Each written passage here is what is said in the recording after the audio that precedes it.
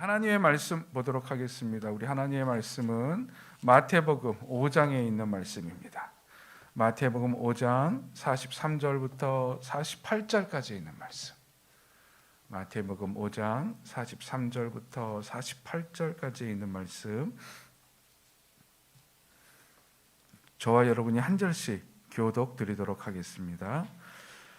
또 내 이웃을 사랑하고 내 원수를 미워하라 하였다는 것을 너희가 들었으나 나는 너희에게 이르노니 너희 원수를 사랑하며 너희를 박해하는 자를 위하여 기도하라.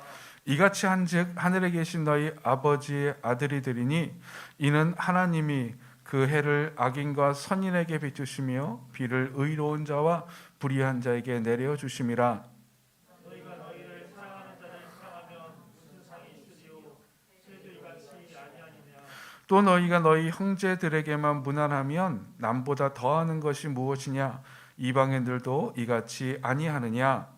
그러므로 하늘에 계신 너희 아버지의 온전하심과 같이 너희도 온전하라. 아멘. 여러분, 만약에 아이가 태어났는데 아이가 장애를 가졌다는 이유로 혹은 다른 아이들보다 약하다는 이유로 버림을 당한다면 그 사회는 도덕적인 사회이겠습니까? 아니면 비도덕적인 사회이겠습니까? 만약에 어떤 나라가 있는데 그 나라 국민들은 무조건 다 농사를 지어야 되고 그 나라 국민들은 도시에서 2년 또 시골에서 2년 항상 이렇게 계속 이동을 해야 된다면, 그것도 내 자유가 빼앗기고 그저 나라에서 정한 대로 그렇게 해야만 된다면, 그리고 결혼을 하기 위해서라면 자기가 동네에 아주 신실한 분을 찾아가서 결혼할 남자와 여자가 그분 앞에서 서로 나체로 벌거벗어야 된다면, 그러면 그 사회는 온전한 사회이겠습니까? 좀 이상하고 좀 잘못된 사회, 비윤리적이고 반인륜적인 사회로 지탄받지 않겠습니까? 근데 여러분, 제가 좀 전에 말씀드렸던 그 예를 드는 그러한 사회의 모습은 전자는 장애를 가지거나 약한 아이를 내버리는 그 사회는 우리가 잘 아는 고대 그리스의 도시국가인 스파르타라고 하는 나라의 규범이었습니다. 그 나라는 자기 나라를 지키기 위해서 혹은 작은 자원으로 생존하기 위해서 어쩔 수 없이 그런 규범을 택했고, 그런 규범은 스파르타 국민들의 도시국가들 국민들의 아주 정당한 권리였습니다.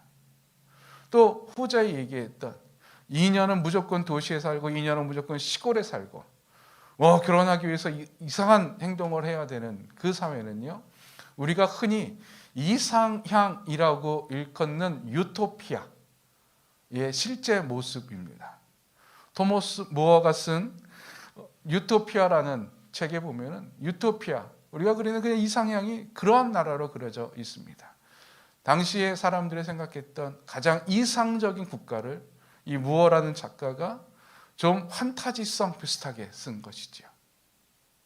우린 여기서 한 가지 알 수 있는 게 있어요. 우리가 갖고 있는 규범, 윤리라고 하는 것은요, 그 사회에 따라서 다를 수 있다라고 하는 겁니다.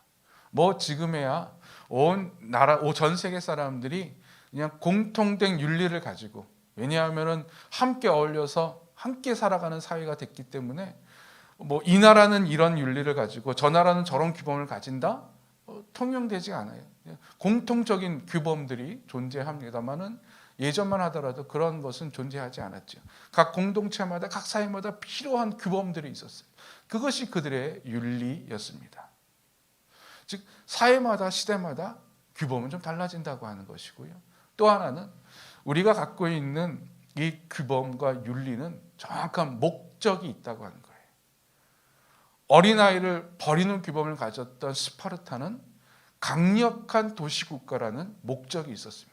그 목적을 위해서 규범을 만들었고 그 규범 따라 살아갔던 것이죠. 유토피아, 그들은 꿈꿨던 유토피아, 모든 사람들이 다, 시민들이 다 공평하게 살아가는 사회를 만들기 위해서라면 사람들의 뭐 이주의 자유는 좀 제약돼도 상관이 없었던 거예요. 당신 2년 여기 살고 2년 여기 살고. 재미있는 것은 이 유토피아의 내용에 보면은요, 적정 인구가 있다고 합니다. 그곳에 사는, 그 마을에 사는 적정 인구가 있어서 적정 인구를 나라에서 관리를 하고 초과가 되면은 초과된 인원을 새로운 소위 말해서 뭐 신도시, 뭐 좋은 말로 하면 신도시지만 당신은 개척지로 보낸대요. 개척지로 보내서 새로 도시를 개척하게 한대요. 마을을 개척하게 한대요. 근데 사람들이 그걸 다 수긍한다고 하는 거예요. 왜요? 공평한 사회라고 하는 목적이 있었기 때문에, 평등한 사회라고 하는 목적이 있었기 때문에 이 유토피아는 그것이 통용됩니다. 예. 즉 우리의 윤리와 도덕은 그저 그렇게 착하게 살자라고 하는 것이 아니라 나름대로의 목적과 목표가 명확하다라고 하는 거예요. 여러분, 우리가 규범을 지키고 윤리적으로 살아가는 목적이 뭡니까? 열심히 살아가는 이유가 뭐예요? 선하게 살아가려고 하는 목적이 뭐예요? 그런데 인간답게 살기 위해서죠. 인간다움이라고 하는 목적이 있어요. 안전이라고 하는 목적이 있어요. 안전한 사회를 만들기 위한 목적이 있습니다. 그러면 그리스도인, 예수님께서 새 부대라고 일컬음을 받게 해주신 그리스도인이 어떤 그리스도인의 규범을 가지고 윤리적인 삶을 살아가는 목적은 무엇일까요? 왜 여러분 그리스도인은 왜 소금이 돼야 되고 빛으로서 살아가야 됩니까? 왜 남들처럼 좀 편하게 살면 안 됩니까?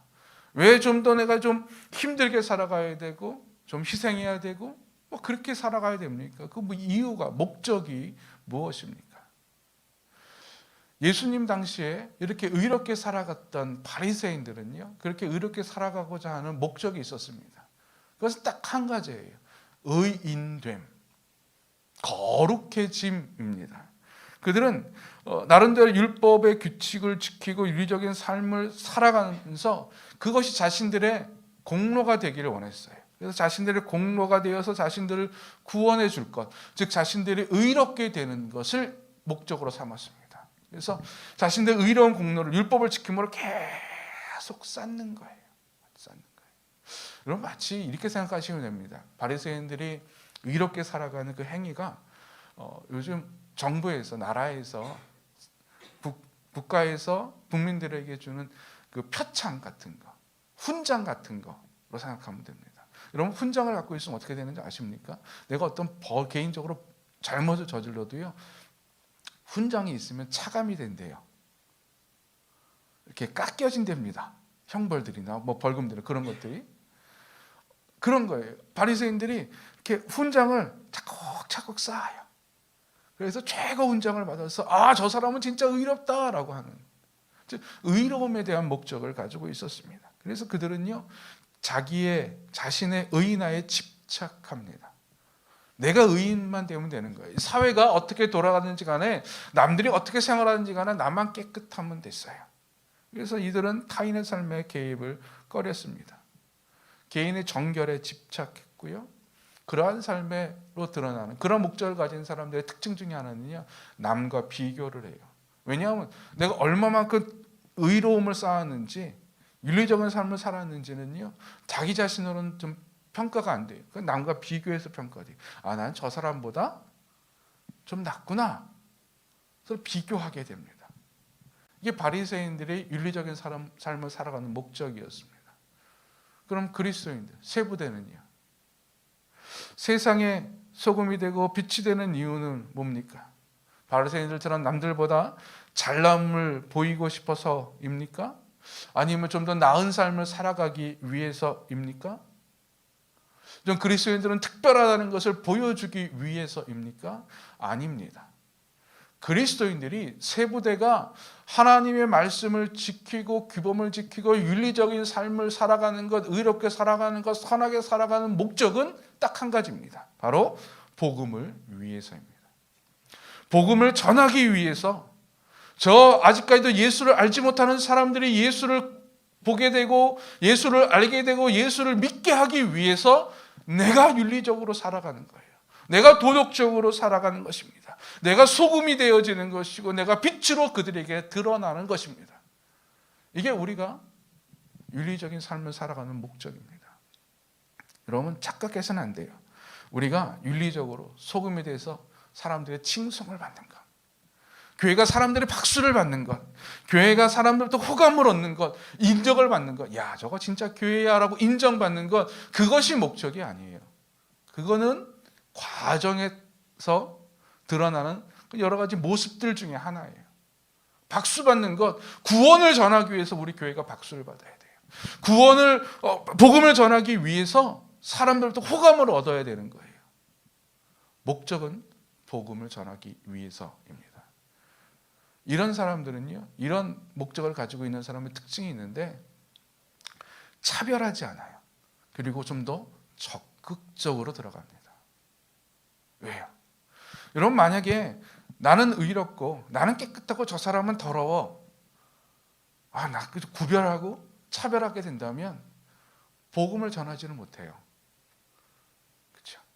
그래서 차별하지 않습니다. 저 사람이 아무리 더러운 사람이고 사람들의 손가락질하는 악인이라 할지라도요, 복음을 전하기 위한 세상의 소금과 빛으로서의 삶을 살아가는 사람들은 그들과 나 사이에 벽을 만들지 않아요. 가까이 다가갑니다. 그들을 형제라고 부르고 그들을 자매라고 부르기도 합니다. 좀 더 적극적으로 접근하죠. 그저 저 사람과 나는 다르지 않아 마음을 품는 것이 아니라 적극적으로 그들의 삶에 다가갑니다. 조선시대의 말기에 이제는 조선이 개항을 하고 수많은 외국인들이 우리나라에 조선에 들어왔어요. 당시에 쇄국 정책을 벌여서 외국인들은 뭐 청나라 사람이나 아니면 일본 사람들밖에는 보지 못했던 우리 조선시대 조선 사람들에게 이 서양인들은 괴물과도 같았습니다. 키도 크고요, 허옇고요, 뭐 코도 빼쭉하고요, 머리 색깔도 이상하고요, 구경거리였습니다. 또한 우리나라에 들어온 조선에 들어온 서양인들의 눈에 비친 조선은 미개하고 더럽고 추한 나라였어요. 근데 돈을 벌기 위해서, 사업을 하기 위해서 우리나라에 온 거예요. 그들은 조선 사람들과 담을 쌓았습니다. 저런 미개한 사람들과는 상종할 수 없어. 그저 나는 그냥 여기서 돈만 벌면 돼, 사업만 하면 돼 라고 생각하고 조선 사람과 담을 쌓고 살았어요. 근데 들어온 사람들 중에서 사업만 하는 것이 아니라 선교사님들도 많이 들어왔습니다. 물론 몇몇 선교사님들은 그저 다른 서양인들과 마찬가지로 조선 사람들과 담을 쌓고 복음을 전하러 왔음에도 불구하고 자신의 삶을 개방하거나 적극적으로 그들에게 다가가지 않았어요. 그저 자신과 수준에 맞는 사람들과만 이야기를, 대화를 나눴었지요. 근데 대부분의 선교사님들은 그러지 않았습니다. 적극적으로 자신의 삶을 개방했어요. 한 여자 선교사님이 계셨는데 그분은 항상 집을 개방을 했대요. 그러니까 동네 아주머니들이 이 서양 사람이, 이상하게 생긴 사람이 산다고 와서 맨날 구경하는 거예요. 얼마나 구경을 했는지 밥 먹을 시간이 없었대요. 그래서 나중에는 하도 사람들이 몰려오니까는 요 시간에는 오지 마세요. 이 시간에는 쉬고 밥을 먹어야 됩니다 라고 광고를 할 정도였었대요. 그렇게 자신의 삶을 개방하고 그들과 스스럼 없이 지내다 보니 그들과 대화를 나누고 이야기를 나누며 조선 여인들의 아픔을 알게 되고 그 아픔 가운데 복음을 전하게 되고, 그래서 복음을 받아들인 여인들이 꽤 많았었다고 합니다. 예. 여러분, 우리가 윤리적으로 살아가는 목적, 복음을 전하기 위해서입니다. 복음 때문입니다. 이것을 꼭 기억할 수 있기를 간절히 축원드립니다. 또한 이렇게 우리가 복음을 전하기 위해서 윤리적으로 살아야 되고 도덕적으로 살아야 되고 규범을 지킨다라고 이야기했는데, 구체적으로 어떻게 살아가야 된다는 말인가? 여러분, 어떻게 살아가야 됩니까? 어떻게 살아가야 됩니까? 예수님은 제자들에게 바리새인들보다 더 나은 의로운 삶을 살아가라고 말씀해 주셨는데, 어떻게 더 나은 의로운 삶을 살아갈 수 있는가? 구체적으로 어떠한 삶을 살아간다는 것인가? 이 시간에는 예수님께서 말씀하신 그 모습을 딱 한마디로 정의를 내릴 수가 있습니다. 어떻게 살아가는 것인가? 오늘 우리가 읽은 본문 48절에 있는 말씀입니다.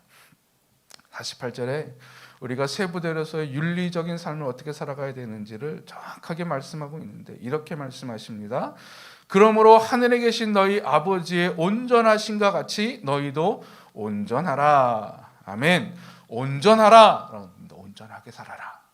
이 온전하다라고 하는 이 헬라어 단어는 완전하다, 완벽하다라고 하는 의미도 함께 갖고 있다고 합니다. 그래서 이 완전하다, 온전하다라고 하는 의미는 우리가 생각하는 윤리적으로 완벽한 모습을 의미하지 않는다고 해요. 이것은 나누어지지 않은 온전한 마음이라고 하는 뜻이래요. 그래서 이거를 좀 더 신앙적으로 해석을 하면은 온전하라라고 하는 것은 너희는 하나님과 한 마음이 되어라. 하나님의 마음에 속한 자가 되어라라고 하는 거예요. 하나님께 속한 자로 살아라라고 하는 거예요. 하나님과 함께 살아가는 자, 하나님의 마음으로 함께 살아가는 자, 하나님과 같이 살아가는 자라고 하는 뜻이라고 합니다. 즉, 이걸 좀 더 쉽게 풀이하면은요, 하나님의 마음 속에 있는 것, 하나님께 속한 자, 좀 쉽게 표현하면 하나님 닮기입니다. 하나님의 닮은 사람으로 살아라. 이게 온전한 거예요.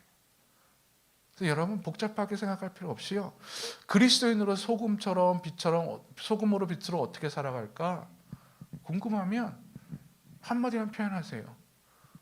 하나님을 닮아가는 것. 예수님이라면 어떻게 하셨을까라고 하는 질문.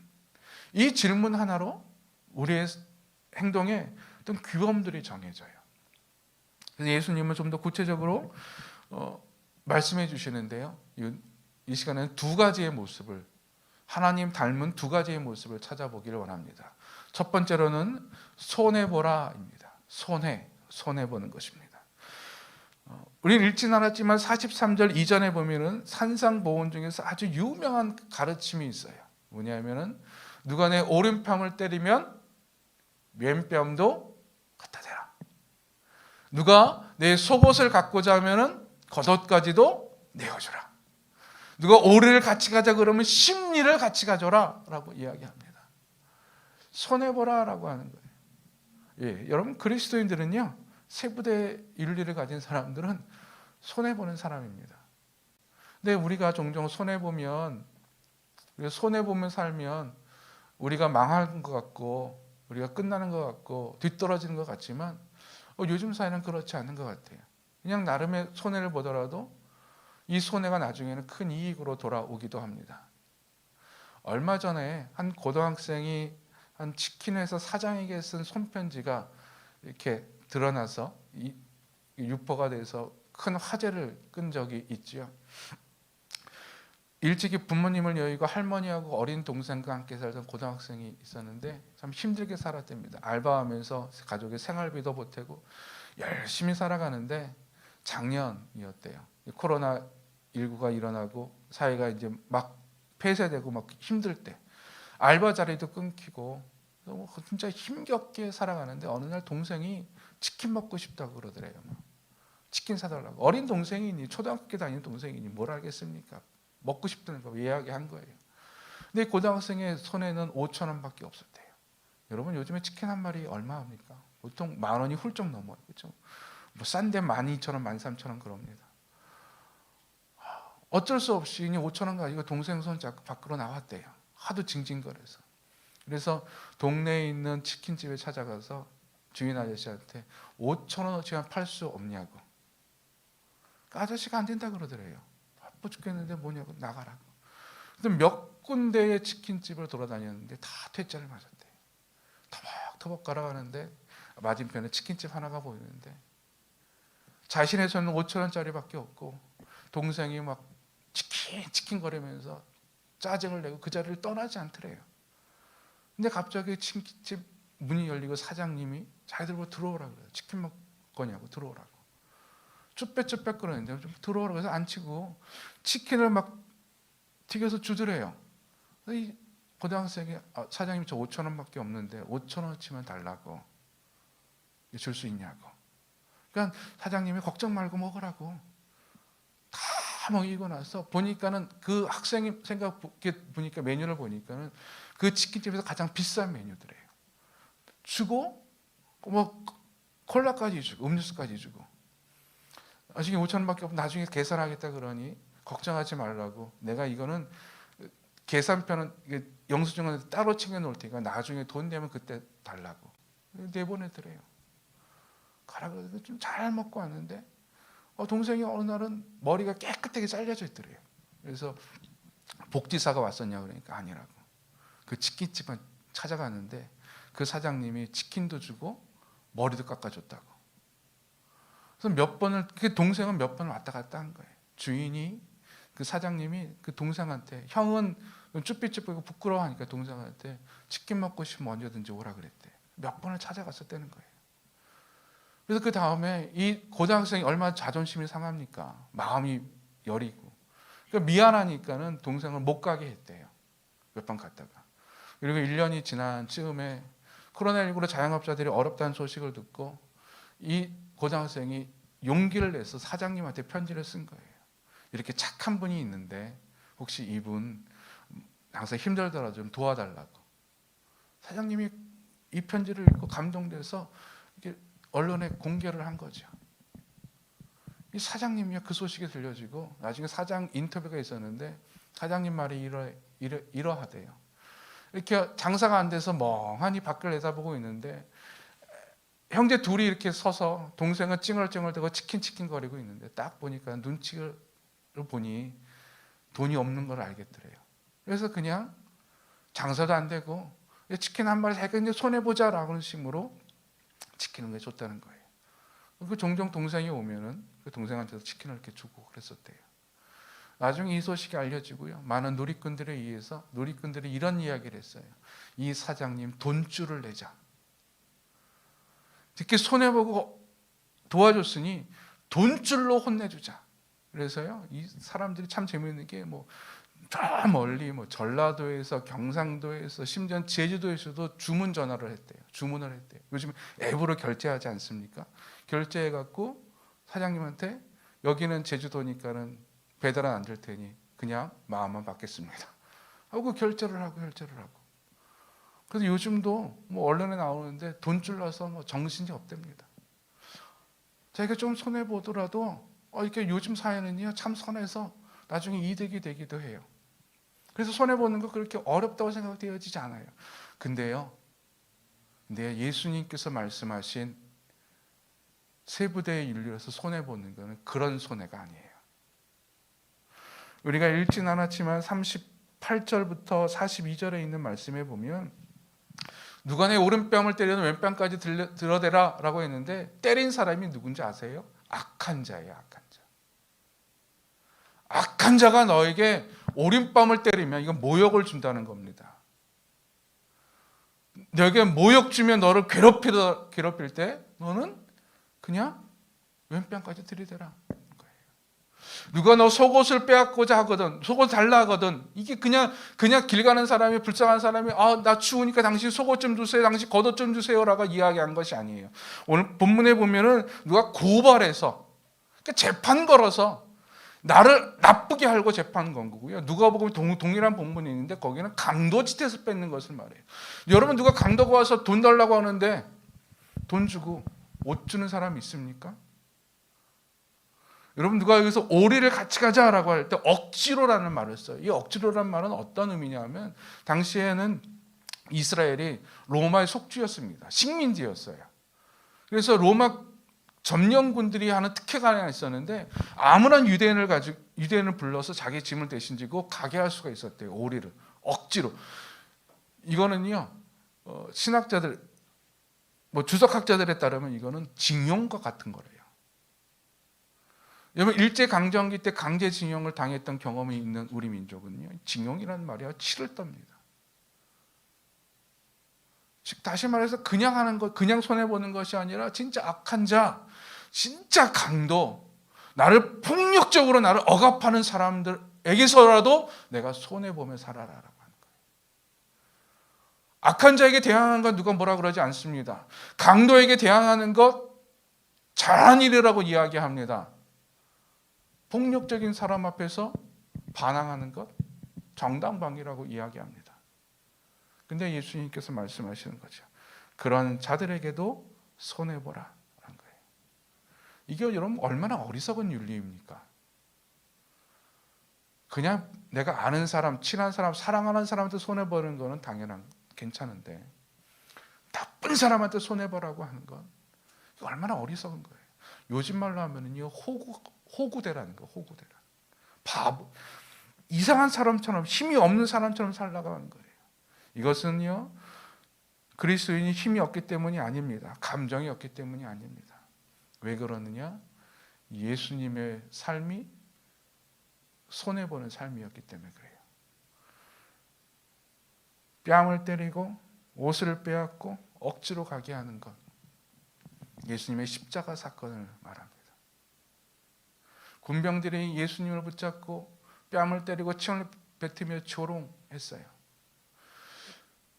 십자가를 지고 골고다 언덕까지 억지로 가게 했습니다.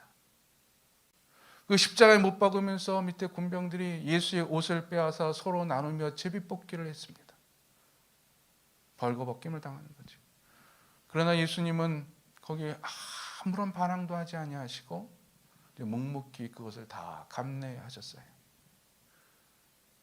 손해보는 것, 이 예수님을 닮아가는 겁니다. 예수님의 그 마음을 아는 거예요. 여러분, 손해볼 때 이 마음 가지세요. 예수님은 어떠셨을까?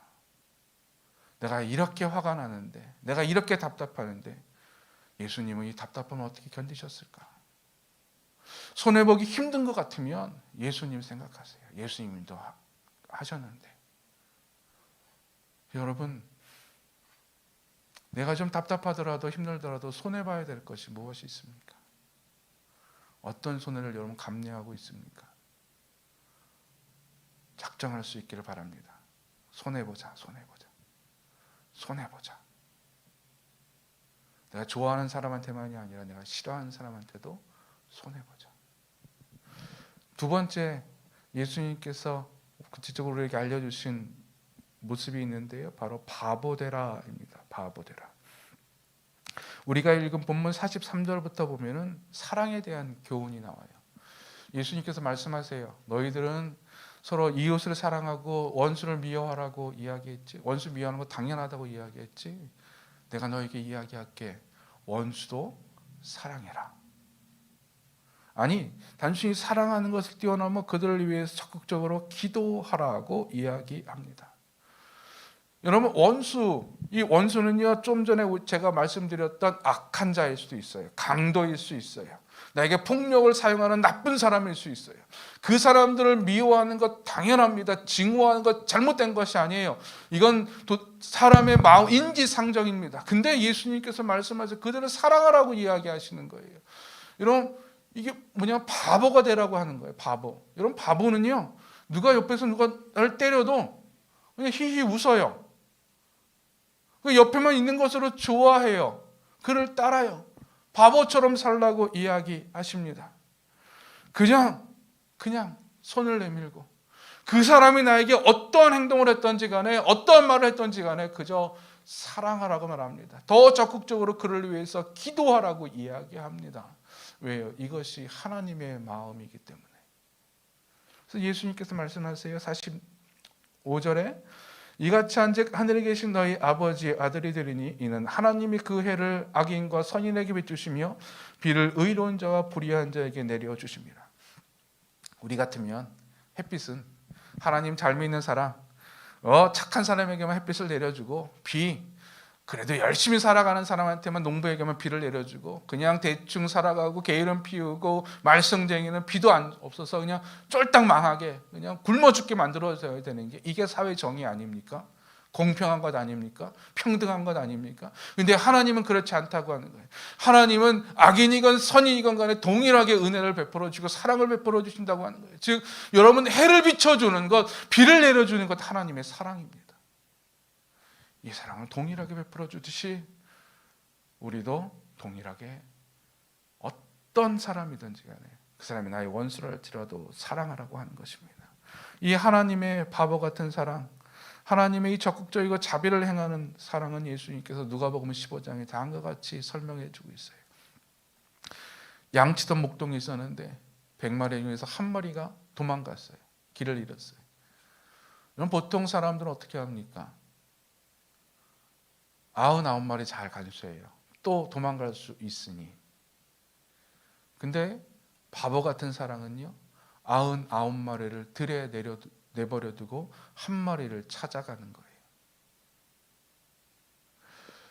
한 드라크마를 잃어버린 여인의 이야기가 있습니다. 이 10드라크마라고 하는 것은 신부의 장식품이에요. 근데 한 드라크마가 당시에 사용되지 않던 동전입니다. 그냥 이제 장식용으로 사용되는 동전이에요. 하나를 잃어버렸어요. 떨어졌어요. 그걸 온 집안들 다 찾았어요. 겨우 찾았어요. 찾은 다음에 이 사람이 바보같이 이게 너무 기쁘니까 마을 사람 불려서 잔치를 벌여요. 여러분, 한 드라크마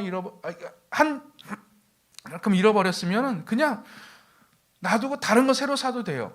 그것이 돈을 적게 들 거예요. 잔치 벌이는 돈은 많이 들어요. 근데 바보 같은 거예요. 기쁨을 나누는 거죠. 자기를 배신하고 더 이상 당신은 나의 아버지가 아니라고 외쳤던 아들을, 집 나간 아들을 하염없이 기다리던 아버지, 바보 같은 아버지지요. 이게 하나님의 사랑입니다. 우리가 이러한 바보처럼 사랑해야 됩니다. 나를 미워하는 자에게도, 내 마음에 들지 않는 자에게도 사랑으로 대하세요. 그리고 그를 위해 기도하세요. 바보같죠. 여러분, 이러한 모습, 내가 손해보고 내가 바보처럼 사랑하는 것, 우리 힘으로 가능할까요?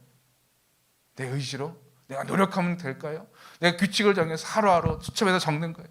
내가 오늘 손해보는 거. 원래 이거 하려고 그랬었어요. 고난주간 동안에 여러분, 고난주간 동안에 손해보는 거 기록하세요. 바보처럼 사랑할 사람도 기록하세요 하려고 그랬었어요. 얼마나 힘들까요? 저도 막 힘들 것 같은데 이거 해야겠다 생각했다가요, 설교 계속 준비하면서 버렸어요. 여러분, 내가 아무리 적는다고 노력하고 애쓰고 못하면 막 머리 쥐어박고 안 돼, 이렇게 살면 안 돼 라고 막 그렇게 한다고 내가 바보처럼 사랑하고 내가 손해보면서 하나님을 닮아갈 수 있습니까? 못해요. 그렇게 못해요. 우리는 어떻게 세부대의 윤리적인 삶을 살아갈 수 있습니까? 오직 성령님의 은혜입니다. 요한복음에 보면 예수님께서 제자들에게 이렇게 말씀하세요.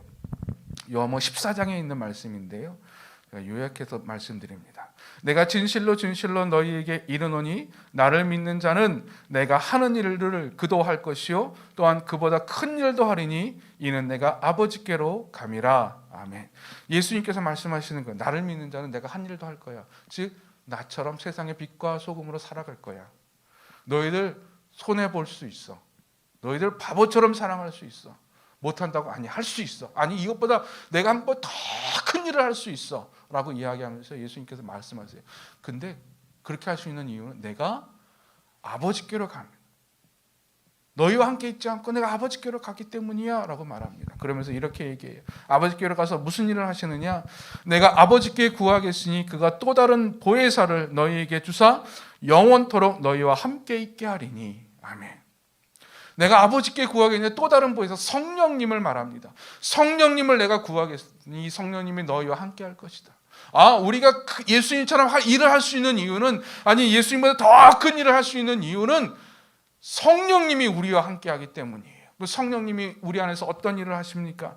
보혜사, 곧 아버지께서 내 이름으로 보내실 성령, 그가 너희에게 모든 것을 가르치고 내가 너희에게 말한 모든 것을 생각나게 하리라. 아멘. 성령님이 내 삶을 가르쳐 주십니다. 성령님이 기억하게 하고 생각나게 하세요. 주호야, 너 이렇게 살면 안 되지. 주호야, 너 이렇게 살아야 되지 않겠니? 너 고집 부리면 안 되지. 손해봐야 되지 않겠니? 성령님께서 가르쳐 주신다고 하는 거예요. 그럼 우리가 할 일은 무엇입니까? 이 성령님을 모시는 거예요. 성령님, 내 안에 계셔서 내가 세상의 빛으로 소금으로 살아 복음을 전하게 하여 주시옵소서. 복음을 전하게 하여 주옵소서. 이게 세부대의 윤리예요. 선하게 사는 것, 불쌍한 사람 도와주는 것, 이게 윤리가 아니라 진짜 윤리는 하나님 닮아가는 모습으로 세상에 복음을 전하는 자. 여러분, 우리 이렇게 살아갈 수 있기를 간절히 축원드립니다. 끝까지 복음이 전해질 때까지 증인된 삶을 결코 쉬지 않으니